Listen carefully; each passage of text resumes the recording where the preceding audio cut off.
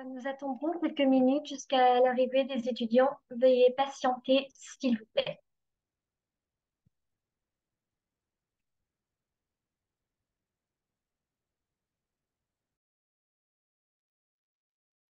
Allô, bonjour. Bonjour, docteur Soufiane. Nous allons attendre quelques minutes jusqu'à l'arrivée des étudiants. OK. Juste quelques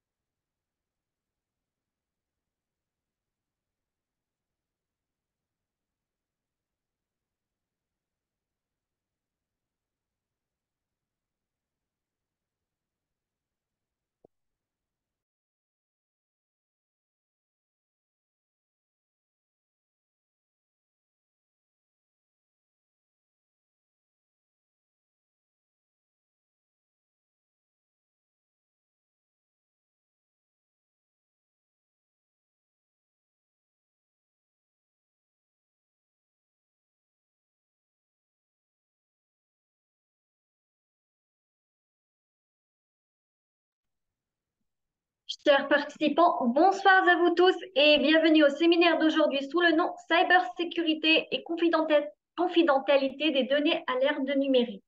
Ce séminaire se tournera autour du cybersécurité, le Zero Trust, élaboration d'une stratégie et d'une architecture de sécurité globale, développer des exigences de sécurité en fonction des objets de l'entreprise,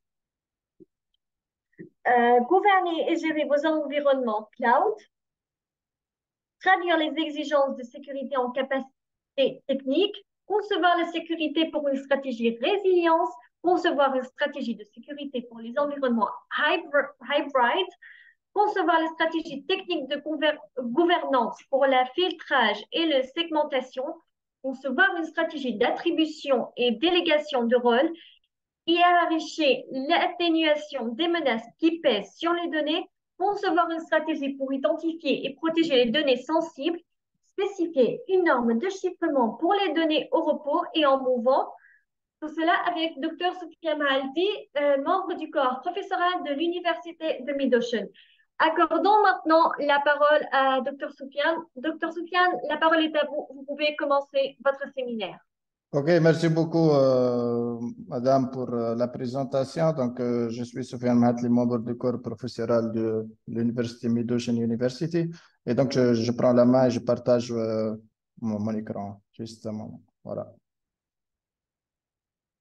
Donc, le thème de ce webinaire, c'est aux alentours de cybersécurité et confidentialité des données. Donc, essentiellement, on va introduire, c'est un webinaire introductif sur le domaine cyber ou la cybersécurité de façon générale et donc son application dans le domaine numérique, ainsi qu'on va entamer le domaine du confidentialité des données et l'approche pour rendre les données confidentielles. Voilà.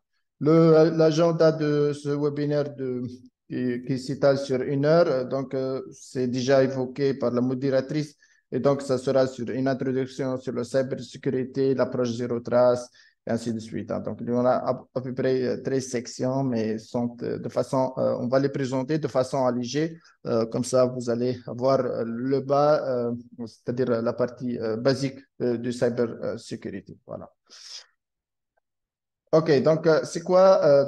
Je commence par la définition de cybersécurité. La cybersécurité, c'est la protection de l'environnement de notre entreprise. C'est ça l'idée. Donc, comment protéger l'entreprise? Et donc, la protection de l'entreprise, elle est menée généralement par ce qu'on appelle des architectes de sécurité. Comme vous voyez ici, ce sont des équipes d'architectes et des personnels qui sont bien formés sur les régulations, les standards de sécurité et qui vont préparer ce qu'on appelle des benchmarks, de la documentation nécessaire pour bien sûr appliquer ce qu'on appelle la stratégie ou la stratégie de l'entreprise côté sécurité et endurcissement. C'est ça l'idée. Et donc, ces architectes ils vont préparer cette documentation, des recommandations, des plans techniques, etc., pour bien sûr, pour bien développer la stratégie de l'entreprise, même la stratégie commerciale. Hein. Donc, on commence même de la stratégie, la vision commerciale de l'entreprise jusqu'à l'appliquer, bien sûr, à différents niveaux de l'entreprise, côté les managers techniques ou tout ce qui est praticien de sécurité, parce que lorsqu'on parle de sécurité, elle englobe tout le monde. Hein. Tout le monde doit être impliqué dans cette stratégie qu'on va l'appliquer dans notre entreprise. Voilà. Donc après, le modèle qu'on va l'appliquer, il s'appelle actuellement, puisqu'il y aura différents types d'infrastructures. Hein, vous connaissez, il y aura les infrastructures on-premise et en local. Il y a les infrastructures cloud, hybrides, les solutions comme étant SaaS, Software as a Service, etc. Et donc là, le modèle qu'on va, ou l'approche qu'on va appliquer pour la cybersécurité, elle s'appelle Zero Trust ou ce qu'on appelle la confiance zéro. Donc, j'ai aucune source de confiance, peu n'importe. Voilà. Donc, c'est en anglais, on dit trust, never trust. Donc, j'ai aucune source de confiance et je vais faire ce qu'on appelle la vérification, always verify, c'est-à-dire je dois faire toujours de la vérification. Je dois vérifier, bien sûr, l'identité de l'entreprise, les réseaux, les équipements, les applications, les infrastructures, que ce soit on-prem ou cloud. Donc, toujours, il faut vérifier pour qu'on puisse, bien sûr, s'assurer qu'il n'y a pas d'attaque ou ce qu'on appelle de hacking dans notre infrastructure. Bien sûr, je dois appliquer aussi ce qu'on appelle le moindre privilège pour les accès. Donc, chacun, je vais le donner seulement l'accès qu'il a besoin. Hein. Donc, je n'ai pas besoin de donner quelqu'un un accès, par exemple, global ou administrateur, et réellement, il a besoin seulement d'une opération de lecture. Donc, on parle ici de ce qu'on appelle les Least Privileged Access ou Just Enough Access, c'est-à-dire je donne aux utilisateurs ou collaborateurs seulement ce qu'il a besoin en termes d'accès. Il y a aussi ce qu'on appelle le just in time, c'est-à-dire je peux appliquer ces rôles ou ces accès dans un laps de temps bien défini, c'est-à-dire je fais des restrictions dans le temps. Comme ça, je peux réduire, bien sûr, toujours l'idée, c'est de réduire les surfaces d'attaque dans notre environnement. Voilà, bien sûr, il faut faire de la surveillance, des équipements, des devices, des applications dans tout l'environnement de l'entreprise. Voilà, les piliers de ce modèle Zero Trust ou de la technologie Zero Trust. Donc là, je dois vérifier les identités. Hein. Ce sont les utilisateurs, que ce soit des collaborateurs, des collaborateurs internes à l'entreprise, des collaborateurs externes à l'entreprise ou même ce qu'on appelle des administrateurs. Donc là, ça dépend de notre environnement ou l'identité. Donc, ce sont les collaborateurs dans l'entreprise, hein. Après, on a les endpoints. Les endpoints, ce sont ce qu'on appelle les devices, les équipements, hein, les terminaux, que ce soit vous avez des machines Windows 10, Windows 11, des machines Windows 8, peut-être machines Linux, les machines serveurs, les terminaux en mobilité comme étant des smartphones ou des tablettes. Tous ces équipements, on doit bien sûr les vérifier et on doit l'appliquer le modèle 03. Bien sûr, après, on va gérer les données sauvegardées, données par exemple de la messagerie, des canaux Teams, du SharePoint, les documents, etc. Donc, on doit l'appliquer aussi ce modèle. Aussi, on a l'application, les applications de l'entreprise, hein, que ce soit surtout les applications modernes, hein, ce sont des applications qui sont hébergées sur le cloud. Après, on doit définir aussi le modèle sur les infrastructures, hein. Donc, là, les infrastructures informatiques, peut-être des data centers, on-premise, des infrastructures sur le cloud, peu n'importe le type, hein, un cloud privé ou un cloud public.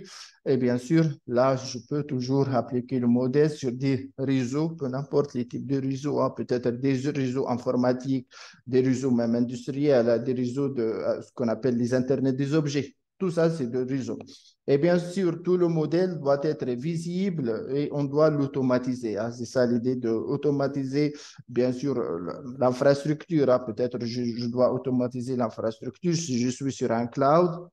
Donc, j'ai besoin d'automatiser. Pourquoi? Parce que j'ai besoin peut-être d'une notion de disponibilité de service, hein. Un jour, il y a des problèmes sur l'infrastructure. Donc, je suis toujours un script qui peut me lancer l'infrastructure et bien sûr, je me trouve dans l'état initial. Donc, sans aucun souci. Bien sûr, il y aura aussi l'orchestration, peut-être, donc l'orchestration des tâches, bien sûr, dans notre infrastructure, bien sûr, gérée par les réseaux, etc. Donc, ce sont les piliers de base bien sûr, du domaine, hein, ou bien sûr de notre, ce qu'on appelle le modèle général qui s'appelle Zero Trust. Après, je passe à la section suivante. Donc, on va élaborer une stratégie et d'une architecture de sécurité globale. Comment élaborer cette stratégie? Donc, généralement, il y a des recommandations donc pour bien élaborer une stratégie et une architecture de sécurité parce que c'est ça, la cybersécurité, c'est la protection. Comment je dois protéger? Donc, je dois préparer des stratégies de sécurité. Et donc là, par exemple, donc, vous devez disposer des éléments suivants, hein. Par exemple, vous devez avoir plusieurs équipes d'ingénierie travaillant sur une plateforme, par exemple, cloud. On doit avoir, par exemple, plusieurs abonnements. Là, on parle essentiellement du cloud, hein. Donc là, parce que c'est un domaine émergent et bien sûr, il est utilisé par la majorité des entreprises, hein. Donc, on peut avoir plusieurs abonnements à gérer. Donc, il y a pas un seul abonnement dans l'entreprise.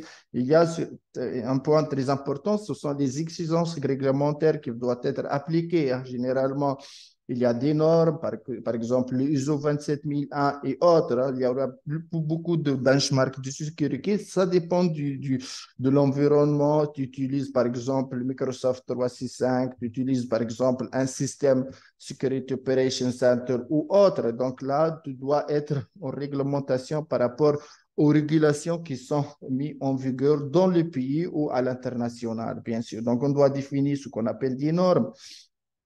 Donc, qu'on va les définir, qui doit être suivi pour toutes les ressources cloud. Et bien sûr, on doit préparer des architectes et donc, on a besoin des architectes de cybersécurité pour préparer ce qu'on appelle des référentiels, voilà, sur le métier de cybersécurité.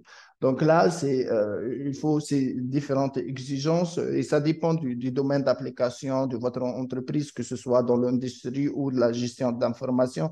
Donc là, je dois appliquer des normes pour l'entreprise côté organisationnel et là, ça va pousser, garantir bien sûr la sécurité de nos données véhiculées sur les réseaux qui doivent être bien sûr chiffrés ou autres, hein, ou confidentiels.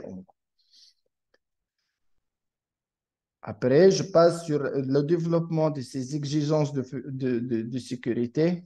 Donc là, j'ai utilisé le modèle juste, je présente, il y a plusieurs références, mais là, j'ai juste choisi le référence Microsoft en termes de cybersécurité. Donc, Microsoft, elle propose des modèles comme étant un point de départ pour l'architecture de cybersécurité. C'est-à-dire qu'un jour où vous voulez, par exemple, disposer de ce ou d'implémenter un référence métier dans le domaine, vous pouvez, par exemple, utiliser ce qu'on appelle le MSRA de Microsoft, hein. C'est un point de départ pour les entreprises pour utiliser, bien sûr, des architectures modernes, des architectures sécurisées, peu importe l'environnement, que ce soit vous travaillez dans le réseau mobile, dans le cloud, dans le IoT, le Internet des objets ou autre, hein, tout domaine de métier. Donc là, on peut l'appliquer facilement sans aucun problème. Bien sûr,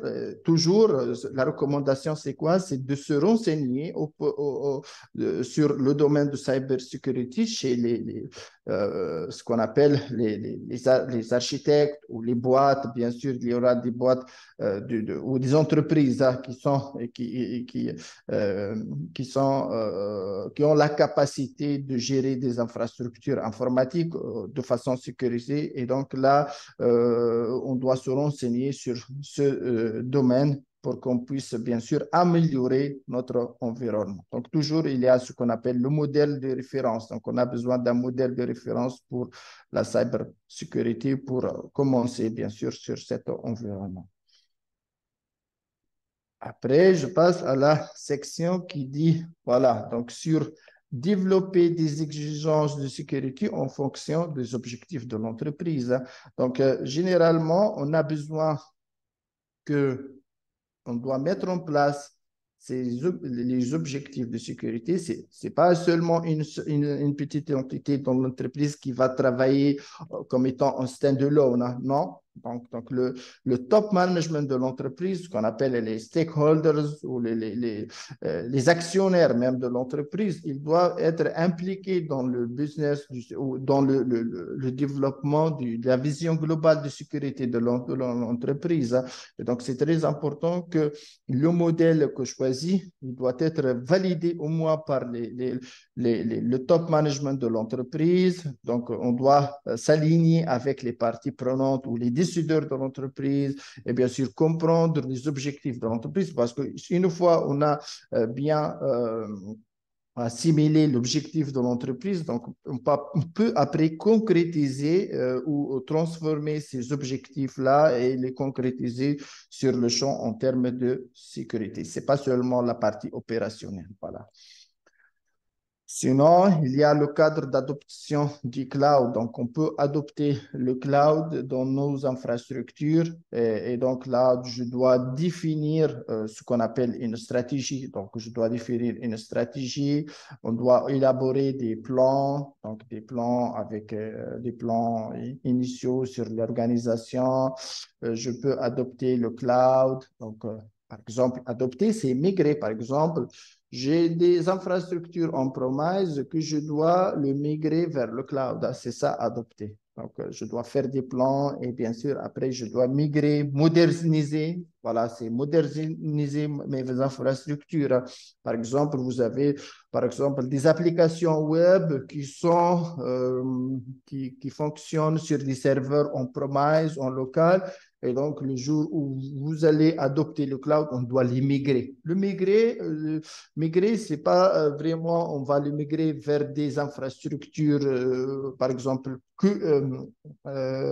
des infrastructures équivalentes en l'on-prem. Peut-être on va le migrer vers des services, hein, vers des services, on appelle ça PaaS, Platform as a Service, etc. Et après, une fois migré, donc je peux appliquer des policies, de la conformité, donc je peux vérifier la conformité, je peux gérer la partie opérationnelle des services migrés et bien sûr, je dois sécuriser mon environnement, voir les risques sur l'infrastructure migrée, protéger les devices, etc. Donc, l'idée ici, c'est on peut définir une stratégie. Donc, il faut définir et documenter les motivations pour adopter telle stratégie de migrer, par exemple, vers le cloud. Donc, là, on va faire des réunions avec les différentes parties prenantes du projet ou de l'entreprise. Après, on peut documenter les résultats de l'entreprise, bien sûr documentés avec les différentes équipes de l'entreprise, que ce soit finance, marketing, vente, etc. Bon, bien sûr, là, on doit évaluer les considérations financières. Peut-être un jour, vous voulez faire cette migration, mais vous n'avez pas de budget. Hein. C'est la majorité des cas. Donc, des entreprises, ils galèrent de la notion de budget financier. Et donc, on doit mesurer les objectifs, identifier, bien sûr, les investissements, parce que c'est un investissement quand même de migrer vers les environnements cloud. Voilà. Après, il y aura des considérations techniques. Donc, on doit évaluer, bien sûr, techniquement la réalisation du premier projet. C'est-à-dire une première, par exemple, migration, est-ce que c'est faisable ou non, les conditions techniques, etc. Passe maintenant à la gouvernance et la gestion des environnements cloud, en fait. Donc là, vous devez commencer par élaborer des stratégies de gouvernance et de gestion sur le cloud. Et donc là, on doit être en mesure de gérer notre parc en cloud. Et donc, vous devez créer des solutions résilientes, bien sûr, et de façon optimisée. Donc, gouverner, c'est-à-dire préparer une méthodologie. Voilà, c'est ça l'idée. Donc, il y aura tout un workflow à préparer. Donc, on a une méthodologie, c'est réfléchir à une solution finale. Hein. Donc, qu'est-ce que je vais implémenter réellement sur les clouds? Quelles sont les premières étapes, bien sûr, à suivre? Après, je peux, par exemple, préparer un benchmark. Généralement, le benchmark, c'est quoi? C'est un outil pour évaluer, faire une première évaluation. Hein. Par exemple, si j'applique un benchmark de sécurité, c'est comme étant un petit référentiel du métier que je vais l'appliquer à mon tenant. Voilà, que ce soit un nouveau tenant ou même le tenant migré. Et après, je vais préparer ce qu'on appelle une base de gouvernance initiale qui capture bien sûr les premières étapes de votre plan de gouvernance. Et bien sûr, après, je dois faire de l'amélioration. Une amélioration, c'est un travail itératif. Hein, donc, c'est un de contrôle de gouvernance, bien sûr, sur les disques qui peut être affecter notre environnement. Donc, après, gérer, qu'est-ce qu'on va gérer essentiellement? Je peux établir une base de référence de gestion. Je peux, par exemple, définir les engagements de l'entreprise, documenter les charges de travail, les engagements opérationnels, développer des bases de référence de gestion, quoi d'autre? Il y a les principes avancés d'exploitation et de la conception. Tout ça, on doit le gérer dans notre infrastructure, essentiellement dans la partie opérationnelle. Après, on doit traduire les exigences de sécurité en capacité technique, c'est-à-dire, voilà, j'ai telle notions de cybersécurité ou de sécurité que je dois l'appliquer. Mais comment, la question, comment réellement je dois appliquer ça sur mon infrastructure? Et donc, l'idée ici, c'est de traduire.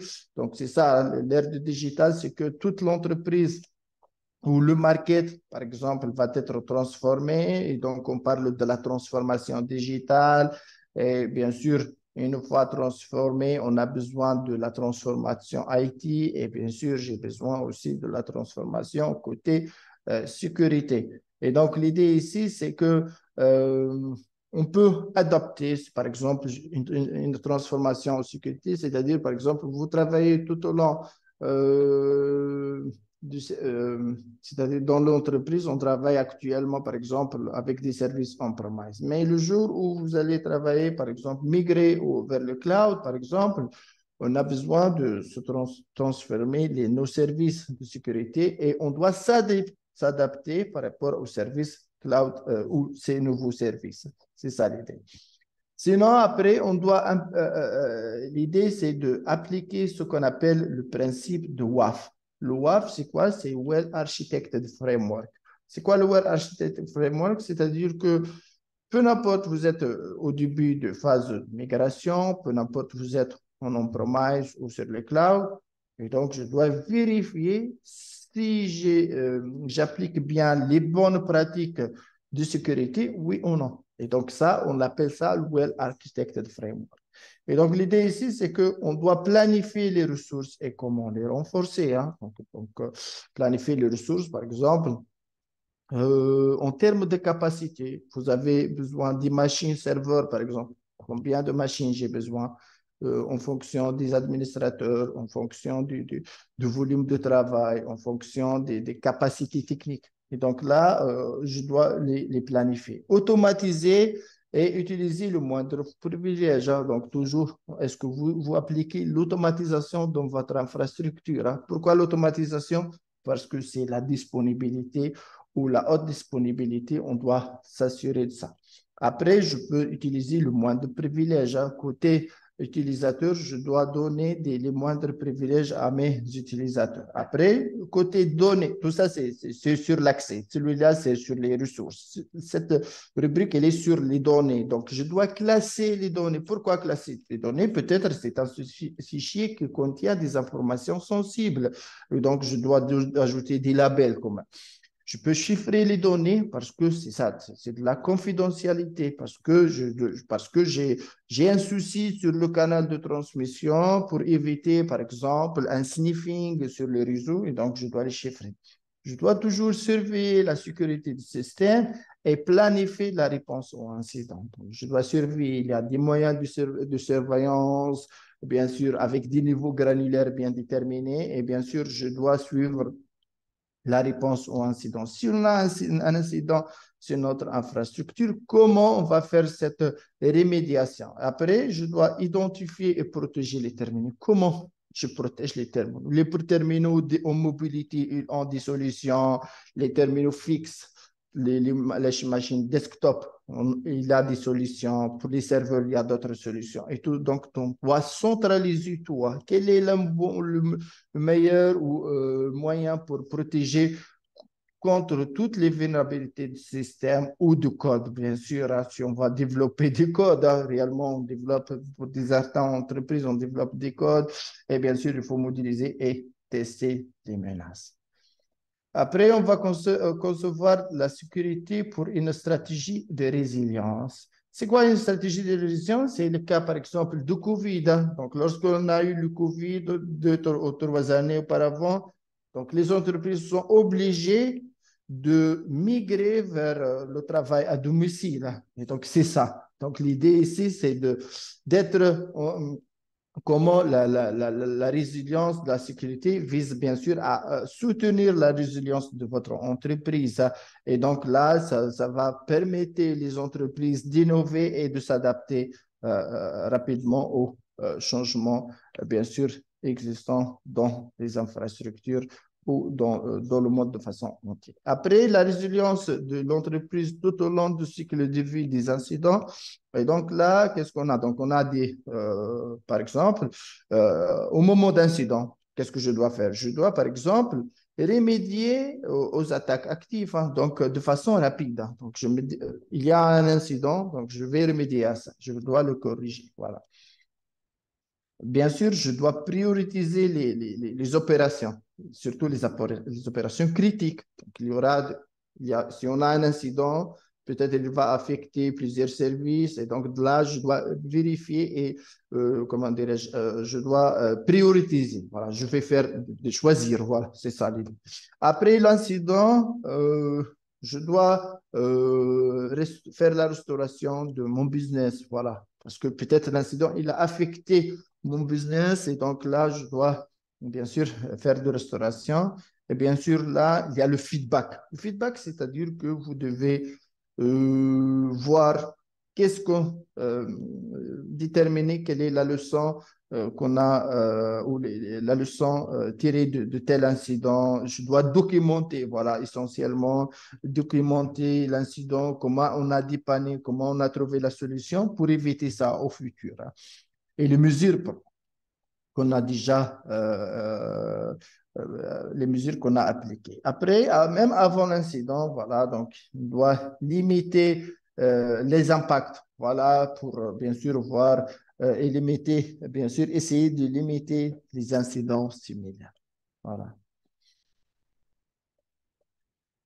Bon, ce qu'on a déjà vu, il est applicable sur les environnements on-premise ou cloud, hein, donc les deux environnements. Mais maintenant, on a des environnements actuellement, même maintenant, il y a des environnements hybrides. C'est quoi le hybride? C'est-à-dire une entreprise qui a de l'environnement on-premise, en local, des serveurs, des data centers, etc. Mais il y a aussi du cloud. On appelle ça l'environnement hybride, hein. Et actuellement, beaucoup d'entreprises sont dans le mode hybride. Ce n'est pas de full cloud, hein. Surtout les grandes entreprises, hein. Les grandes entreprises actuellement, tous sont en hybride. Mais seulement les startups qui travaillent en mode full cloud, hein, parce qu'il n'y a pas beaucoup de budget réellement. Et donc là, l'idée, c'est de travailler en hybride, c'est le déploiement hybride. Il offre aux entreprises la possibilité d'étendre l'expérience riche en fonctionnalités locales existant au cloud, bien sûr. Voilà, un exemple. Donc là, j'ai fait une approche sur le cloud Microsoft, hein, mais vous pouvez bien sûr le revoir sur d'autres types de cloud. Actuellement, nous sommes sur en on-premise, en local, les data centers, etc. Et vous avez le cloud. Le cloud, que ce soit public ou avec ces services, par exemple SaaS, comme le Office 365 ou autre, hein, ça dépend du serveur, etc. Et donc là, je peux synchroniser tous les environnements on-prem avec cloud, avec ce qu'on appelle un service qui s'appelle Microsoft Azure Active Directory. Actuellement, il s'appelle Microsoft Entra ID, en fait. C'est le service qui gère la synchronisation pardon, entre le on-premise et le cloud en termes des utilisateurs du groupe des mots de passe. C'est très important. C'est-à-dire, peut-être l'utilisateur, il est là actuellement, mais je vais le migrer vers le cloud. Pourquoi? Pour bénéficier de tous ces services-là. Voilà. Bien sûr, si je développe bien sûr des infrastructures sur un cloud, des infrastructures comme du temps. Donc là, je peux développer des réseaux, je peux développer, envoyer des réseaux. Toute cette partie, elle est, voilà, je peux noter, hein. Je peux prendre note. Toute cette partie, elle est sur Azure, voilà. Voilà, toute cette partie sur Azure. Et donc, cette partie-là, je peux créer des réseaux, tous les réseaux empiriques, c'est-à-dire sur différentes régions. Je peux créer des services IA, ça, Infrastructure as a Service, des VM, etc. Je peux créer des load balancers, c'est pour lire le de charge. Je peux créer des Azure Bastions. Ce sont des services pour le renforcement d'accès avec des URL, bien sûr, parce que là, généralement, lorsque j'affecte une adresse IP publique à ce serveur-là, ça va engendrer des problèmes, surtout lorsque je travaille en RDP ou autre. Je peux appliquer à mon service ici des pare-feux Azure, je peux appliquer aussi de Azure Monitor pour la surveillance. Et bien sûr, je peux appliquer des VPN si par exemple, je veux communiquer entre le Azure et le on-premise. Le on-premise, c'est là. Et donc là, je vais créer des tunnels. Vous voyez ici des tunnels VPN IPsec. C'est très important. Côté, bien sûr, et c'est là le travail, un hybride, hein. Donc là, j'ai un service sur on-premise, en local et un service sur Azure. Et comment je vais communiquer ces deux services avec ce qu'on appelle le tunnel VPN. Voilà. Voilà, il y a d'autres services qu'on peut bien sûr l'intégrer. Donc, par exemple, vous avez des services Azure, vous avez des ressources comme le Kubernetes, les virtual machines, les databases, etc., que je peux les gérer à travers, bien sûr, avec Azure Portail, avec le PowerShell, avec le CLI ou autre, bien sûr, mais je peux, bien sûr, intégrer avec ces services Azure ce qu'on appelle des serveurs on-premise, hein. Par exemple, là, j'ai par exemple des serveurs peut-être sur un autre cloud, voilà, sur Amazon par exemple, ou Google Cloud, ou Oracle Cloud, ou même on-premise, voilà. Et donc, il y aura un service qui s'appelle Azure Arc qui va gérer toute cette intégration. Donc après, une fois j'ai déployé les environnements hybrides, donc je dois appliquer ce qu'on appelle des policies. Donc les policies, pourquoi? C'est pour vérifier, bien sûr, la cohérence avec ce qu'on appelle, par exemple, les régulations qui sont mises en vigueur, hein. Donc on cherche ce qu'on appelle la conformité, la réglementaire, je cherche de la sécurité, la gestion du coût, etc. Maintenant, je passe sur la conception des stratégies techniques et de gouvernance pour le filtrage et la segmentation du trafic. Et donc là, c'est les meilleures pratiques, par exemple sur le cloud Azure, en termes de sécurité. Donc, qu'est-ce que je dois faire? Donc, je dois segmenter les réseaux. Je dois, par exemple, utiliser des appliances de réseau virtuel. Je dois utiliser l'équilibreur de charge. L'équilibreur de charge, on appelle ça load balancer, en fait. Bon, il y a des load balancers mais on-premise comme F5 et là, il y a des load balancers pour bien sûr éviter. Toujours la solution, c'est quoi? Pourquoi on doit mettre les load balancers pour faire des équilibres de charge, pour la haute disponibilité, bien sûr, des trafics. Et bien sûr, vous voyez, on doit adopter le modèle qu'on a déjà parlé, c'est le modèle Zero Trust et je peux, par exemple, contrôler le routage du trafic. Je peux, bien sûr, utiliser du WAN. Je peux, bien sûr, déployer des réseaux de périmètre, vérifier les périmètres de sécurité, etc. Voilà, c'est la première partie de ce webinaire. Je passe maintenant à la partie, ce qu'on appelle voilà, c'est le résumé. Voilà, le résumé, c'est le Zero Trust Access. Et donc, dans le Zero Trust Access, par exemple, je dois mettre en place des dispositifs pour la gestion des risques utilisateurs, hein. Le risque utilisateur, par exemple, un utilisateur, aujourd'hui, tout au long de le service, il travaille, par exemple, sur un navigateur Edge dans un pays bien déterminé. Et le lendemain, je trouve que cet utilisateur, il ouvre un email dans notre pays. Et donc là, il y aura de l'intelligence, bien sûr, dans les services cloud. Et comme ça, je peux détecter qu'on a un risque utilisateur. Et bien sûr, pour renforcer ça, on doit utiliser, par exemple, le multi-factor authentication, bien sûr, pour renforcer, bien sûr, l'accès à l'utilisateur où je dois réinitialiser l'utilisateur, etc. Je peux utiliser, dire, voilà, il y a aussi des risques sur le device. Par exemple, si on a des vulnérabilités sur le device, est-ce que l'utilisateur il va se connecter à ce device? Et donc là, je dis, voilà, est-ce que je dois mettre des mesures de sécurité sur l'équipement ou sur les devices, dire, voilà, ce dispositif, s'il ne contient pas, par exemple, un Defender qui est activé, donc, ça a été comme étant non conforme. S'il est non conforme, l'utilisateur ne doit pas être capable d'ouvrir, par exemple, son boîte à lettres. Et c'est très important de vérifier, bien sûr, tous les risques utilisateurs et mêmes les risques de device. Bien sûr, il y aura des solutions, hein. Donc là, Microsoft, elle propose des solutions pour la gestion des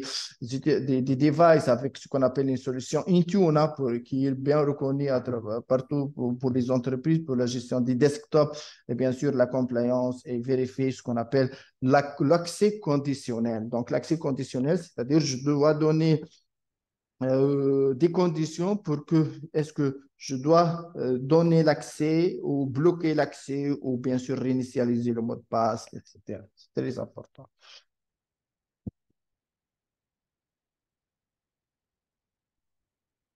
Maintenant, je passe à la partie gestion et attribution des délégations de rôle, hein. C'est-à-dire que lorsque je vais donner des accès aux utilisateurs, donc je vais donner des accès just à temps, c'est-à-dire limité à un instant T bien déterminé. Et donc là, je parle du PIMA, Privileged Identity Manager, ce sont des rôles privilégiés. Ce sont surtout les administrateurs, hein. Si vous êtes un administrateur global ou tu vas affecter un administrateur de service, il faut bien sûr contrôler ça avec ce qu'on appelle les PIM ou la gestion à temps.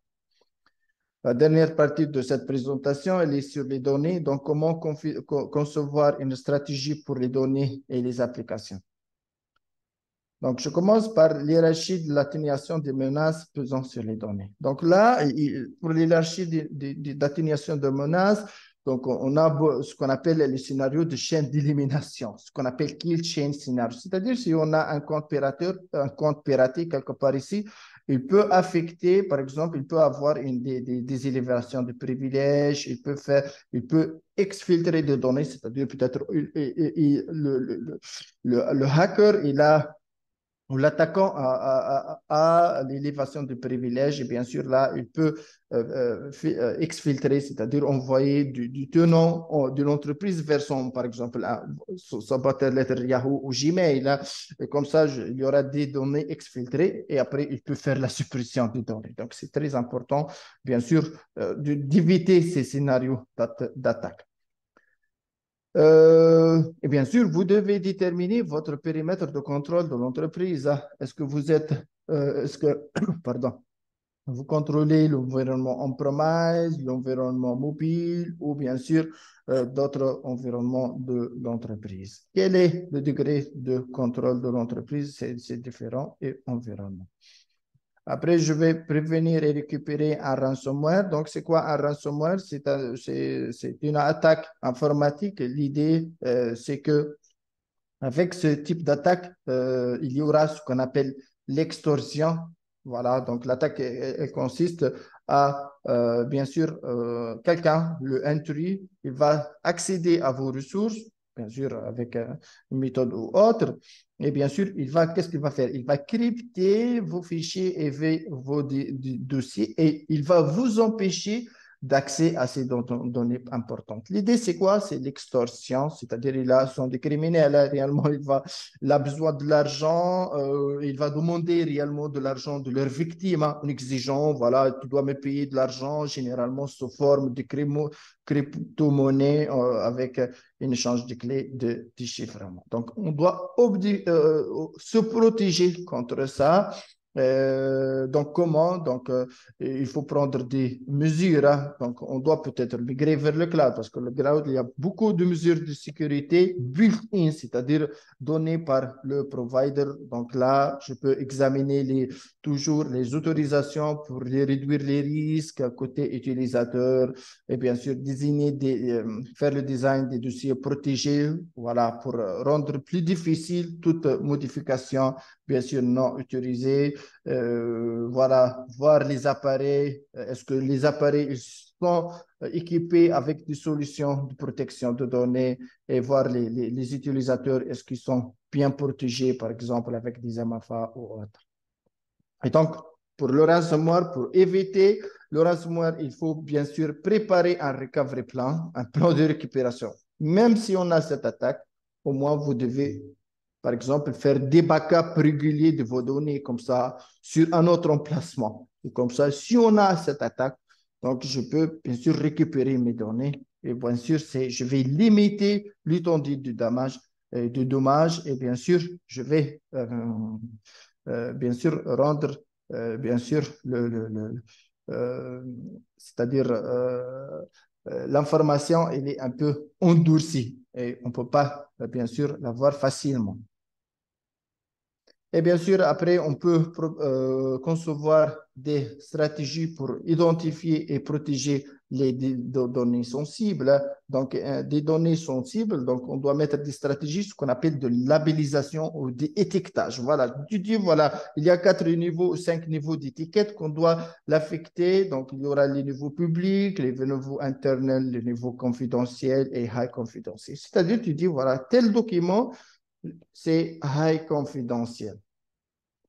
Et donc là, je ne peux pas, par exemple, le partager, par exemple, sur Teams, sur email ou autre. Comme ça, c'est un label à ajouter sur les documents. Comme ça, je dois protéger mes fichiers et rendre ces fichiers confidentiels. Voilà. Donc, je peux bien sûr contrôler chaque niveau de classification avec le chiffrement, le contrôle d'accès, la protection contre la perte de données, la divulgation, la journalisation et le suivi d'accès, etc. Je peux aussi définir des types d'informations sensibles. Donc là, je peux protéger les données. Par exemple, je dis, voilà, les données, par exemple, les cartes bancaires ou les ID des cartes bancaires ou les mots de passe, par exemple. Si je choisis les mots de passe, on ne doit pas les véhiculer sur le tenant. Voilà. À éviter, bien sûr. Et donc là, il y aura toute une solution donnée par Microsoft qui s'appelle Microsoft Information Protection qui va vous protéger votre messagerie, vos canaux Teams, votre SharePoint. Il y aura des données, hein, ce sont des données sensibles. Et donc là, je dois classifier les données, bien sûr. Et bien sûr, je dois mettre des policies avec Data Loss Protection pour éviter la circulation des données sensibles comme les mots de passe et les crédits bancaires ou les licences dans votre tenant. Tout ça, c'est très important. Et bien sûr, il y a beaucoup, comme vous voyez, des services et des produits pour la protection. Donc, je peux isoler les environnements de production. Donc, c'est très important. Si vous avez des environnements de production et hors production, il faut faire de l'isolation. Voilà. Donc, vous avez de on-premise, des environnements de test, des environnements de production. Et donc, là, je vais faire de la isolation. Comme ça, chaque environnement, il est à part. Et le but, c'est de réduire les surfaces d'attaque. Et bien sûr, on doit exiger les conformités. Donc, la conformité par rapport au benchmark de sécurité et ou bien sûr la régulation qui est mise en vigueur par rapport bien sûr à la région. Chaque région a des conformités bien déterminées en fonction même des lois et de la régulation locaux. Donc, les bonnes pratiques en matière de protection de données, c'est détecter et classer ce qu'on appelle les documents ou les données de façon générale par des étiquettes, protéger vos données sensibles, surveiller le transfert non autorisé de données hein, par quelqu'un dans l'entreprise. Il veut envoyer par mail du tenant professionnel vers son Gmail. Il faut bien sûr le contrôler, chiffrer les informations sensibles et bien sûr chiffrer les données en repos ou en transit. Voilà, donc là, il dit, on va parler du chiffrement, c'est pour maintenir la confidentialité. Donc là, je peux faire de la chiffrement sur le support de stockage, chiffrement SMB, donc les VPN, mettre en place des VPN, que ce soit client to site, point à site ou site à site, pour chiffrer les données en transit, c'est-à-dire qu'il va être du on-premise vers le cloud, du cloud vers on-premise, etc. Donc, pour la gestion des clés, comme étant les mots de passe, les clés d'accès, etc., Microsoft elle propose un service qui s'appelle Key Vault. C'est un coffre-fort dans lequel je vais sauvegarder tous ces éléments, les clés de sécurité, les mots de passe, les certificats. Et donc, je dois le protéger dans un emplacement qui s'appelle Key Vault ou le coffre-fort de Microsoft qui est sur Azure, mais de façon sécurisée et chiffrée. Voilà. Donc, tout ça, c'est l'équivalent. Voilà. Je vous remercie. Donc, passons maintenant à la partie questions-réponses. Pour ceux qui ont des questions, veuillez, s'il vous plaît, soit lever la main, soit l'écrire sur le chat.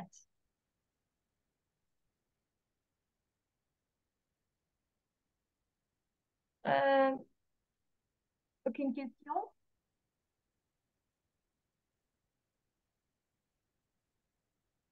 Ah, Ahmad Saïd. Ahmad Saïd, la parole est à vous.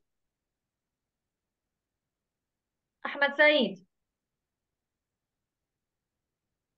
Oui, bonjour. Bonjour, Ahmed. Bonjour. Oui, ma question, puisque normalement, on a suivi le séminaire, on a vu que tout est clair, mais j'ai des questions. Normalement, ma première question, puisque normalement, on a parlé du WAF et la labellisation, comment se passe réellement, puisque normalement, on a dit des théories, mais en pratique, est-ce qu'il y a des outils pour utiliser ou il y a des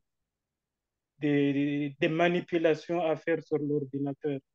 Ah, le WAF, oui, c'est une bonne question. Généralement, le WAF, jusqu'à maintenant, il n'y a pas des outils pour implémenter le WAF. Comment on va le faire? C'est dans l'approche d'audit. C'est-à-dire l'auditeur, il va prendre toute la documentation de WAF, il peut le mettre sur Excel, par exemple, sur des tableaux Excel, il va le préparer. Et bien sûr, il doit faire de l'audit, c'est-à-dire aller sur l'infrastructure, il doit discuter avec les administrateurs, etc. Il va poser les questions du WAF. Et donc là, il va faire des questions et des réponses. Et suivant cette réponse, il va, par exemple, donner des marques ou des valeurs, bien sûr, des scores. Voilà, des scores. Et à la fin, par exemple, si sur 100%, je dis, voilà, votre score, il est 30%, 40%, 50%, vous avez des points de faiblesse à améliorer et il va vous donner l'amélioration et bien sûr les administrateurs doivent corriger. Sinon, il y a un outil, il est très puissant qui s'appelle Azure Cloud Defender. Il peut fonctionner bien sûr sur toutes les infrastructures cloud, que ce soit Azure, AWS ou GCP et même sur le on-premise. Celui-là, il est très puissant et de façon, tu peux l'utiliser peu n'importe l'environnement. Voilà. Ok, il y a l'autre question. Est-ce que normalement, comment savoir si je suis vulnérable? Est-ce que normalement, nous, on ne connaît pas? Est-ce qu'on peut Ouais, recevoir des emails, des fichiers? voilà. On ne sait pas si c'est oui. Ouais. Généralement, si vous êtes vulnérable, généralement, essentiellement sur les devices, sur les équipements. Il y a plusieurs solutions qui font le scan de façon régulière hein, et de façon automatique et en real time, en temps réel. C'est-à-dire, je n'ai pas besoin d'une personne qui teste la vulnérabilité de l'infrastructure, par exemple, une fois par semaine. Mais là, je vais mettre en place une solution informatique qui va détecter les vulnérabilités. Pour ça, par exemple, il y a plusieurs solutions. Il n'y a pas seulement Microsoft, il y a les solutions commerciales, par exemple, sur les endpoints, sur les machines desktop, tu peux utiliser Symantec, par exemple, voilà, les antivirus, les points, ce qu'on appelle des defenders, voilà, ce sont des defenders pour les desktops ou les bureaux, voilà, ou les serveurs, voilà. Hmm. Et la dernière question concernant les clés publiques et privées. Comment on applique ces clés publiques et privées? C'est quoi exactement pour comment là, pour être sûr que les données sont bien à destination à la personne qu'on a voulu. Ah, Pour les cryptages, les clés publiques et privées, comment ça marche exactement? donc, les clés publiques, c'est on parle de chiffrement ici. Donc, le chiffrement, je chiffre avec une clé privée et je déchiffre avec la clé publique. Et donc, l'idée ici, c'est comment générer ces clés-là. Donc, il y aura C'est des ça, processus exactement. de génération de clés. Soit tu fais cette génération, soit peut-être Microsoft ou un provider qui va faire cette tâche. Donc, il va générer et sauvegarder ces clés de façon sécurisée. Et bien sûr, côté destination, la personne qui a la clé publique correspondante, il peut déchiffrer, hein, c'est tout.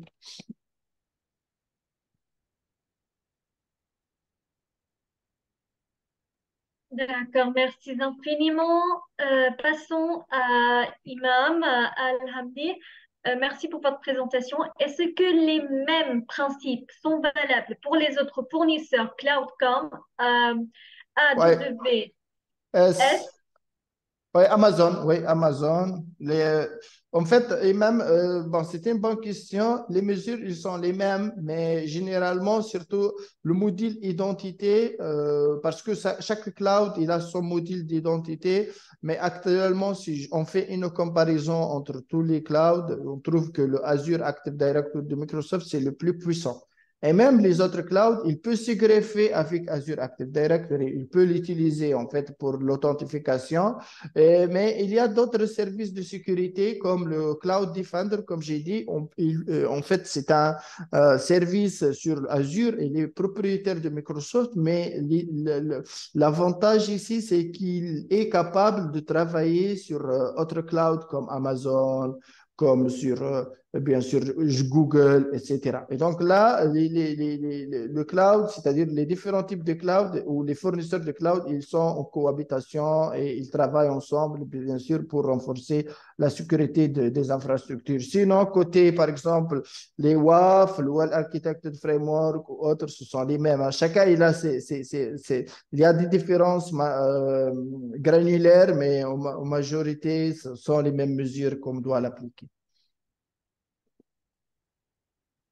Splendide. Par rapport à votre expérience, est-ce que vous pouvez suggérer d'utiliser seulement les solutions cloud ou bien c'est mieux d'avoir une partie côtéiste de l'entreprise? Imam Ali Hamidi. Par rapport à ce que vous pouvez suggérer, en fait, je ne peux pas répondre à ça parce que ça dépend des besoins. Si vous êtes, je te donne deux cas de figure. Si vous êtes une nouvelle entreprise, si tu crées une nouvelle entreprise et tu as besoin de quelques solutions informatiques, donc tu trouves que sur le cloud, c'est le bon chemin. Pourquoi? Parce que je n'ai pas d'investissement sur le cloud, j'achète des licences ou par exemple, un abonnement, on appelle ça Pay as you go, je l'achète et je commence. Généralement, les startups ou les PME n'ont pas beaucoup d'argent et donc ils n'investissent pas dans les infrastructures on-premise parce que dans l'on-premise, vous devez acheter du matériel, vous devez recruter des ingénieurs, vous pouvez travailler avec d'autres fournisseurs ou des contracteurs, etc. Et donc, on va éviter tout ça et on va aller sur le cloud. Par contre, si on trouve, ou par exemple, on choisit une grande entreprise qui utilise, qui a par exemple 50 ans d'existence et qui a déjà une infrastructure en promise, je ne peux pas dire, voilà, aujourd'hui, on va migrer vers le cloud et je vais raser toute l'infrastructure de, par exemple, 10 ans. Non. Donc, je peux travailler dans une infrastructure qu'on appelle hybride, c'est-à-dire j'utilise le on-prem et je vais le renforcer avec le cloud. Voilà, c'est ça l'idée. Et donc, ça dépend. Donc, ça dépend. La recommandation, c'est-à-dire, ça dépend du taille d'entreprise, ça dépend de l'expérience ou la taille essentiellement de l'entreprise. Voilà. Splendide. Donc, y a-t-il d'autres questions? Vous pouvez participer soit en écrivant sur le chat, soit en levant la main pour avoir la parole.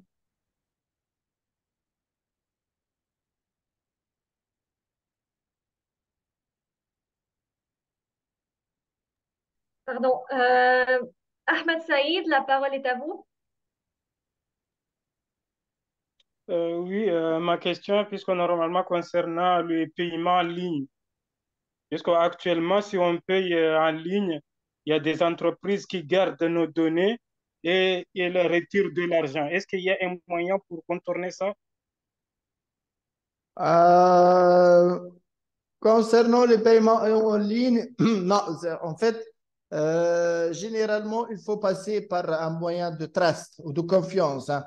Et généralement, les sites, les grands sites comme Amazon, Facebook, etc., ce sont des sites de confiance et donc t'inquiète pour ça. Il n'y a plus bien sûr, de fuite d'argent, etc. Mais il faut éviter, s'il y a un site qui n'est pas de confiance, c'est peut-être il va vous engendrer des problèmes, hein. Voilà. Splendide. Euh, Y a-t-il d'autres questions? Pour ceux qui ont des questions, veuillez s'il vous plaît soit lever la main, soit l'écrire sur le chat. Ahmed, Mohamed, Vivo, vous n'avez aucune question?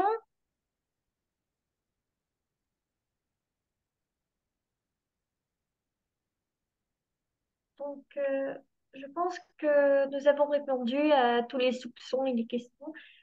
À la fin de ce séminaire, Dr. Soufiane, est-ce que vous voulez ajouter quelque chose? Voilà, tout ce qu'on a déjà décrit dans ce webinaire, c'est vraiment de la théorique, des aspects théoriques, mais bien sûr, là-dedans, il y a beaucoup de pratiques, il y a beaucoup de manipulations, il y a beaucoup de produits à des services, et donc il faut aller creuser sur chaque slide ou chaque point, vous pouvez trouver plusieurs produits, que ce soit de Microsoft ou autres, et bien sûr, il faut pour surtout les étudiants, il faut manipuler ça, télécharger des outils, essayer de comprendre les services, que ce soit on-premise ou cloud. Il faut pratiquer pour bien comprendre les aspects de sécurité parce que c'est un domaine très large. Et bien sûr, il y a plusieurs niveaux et bien sûr, il faut bien sûr faire de la pratique pour bien comprendre les différents aspects. Voilà. D'accord. Merci infiniment à vous, docteur, pour ce splendide séminaire qui est devenu un domaine très fréquent dans notre Ouais. monde. Merci aux participants d'avoir participé à ce séminaire. Nous insistons sur le fait pour ceux qui n'ont jusqu'à maintenant pas inscrit au formulaire, veuillez s'il vous plaît vous inscrire pour recevoir votre certificat de participation à la fin du séminaire. Vous pouvez également suivre le compte officiel de l'université sur Facebook pour être au courant des dernières actualités de l'université concernant les séminaires, les formations, les ateliers et également l'inscription au programme d'études. Merci à vous tous et nous vous verrons dans d'autres séminaires, Inch'Allah, ou bien après quelques minutes avec la doyenne de l'université, Dr. Coates, dans un séminaire de la probabilité et ses applications. Merci à vous tous et à la prochaine. D'accord, merci beaucoup. Bye bye.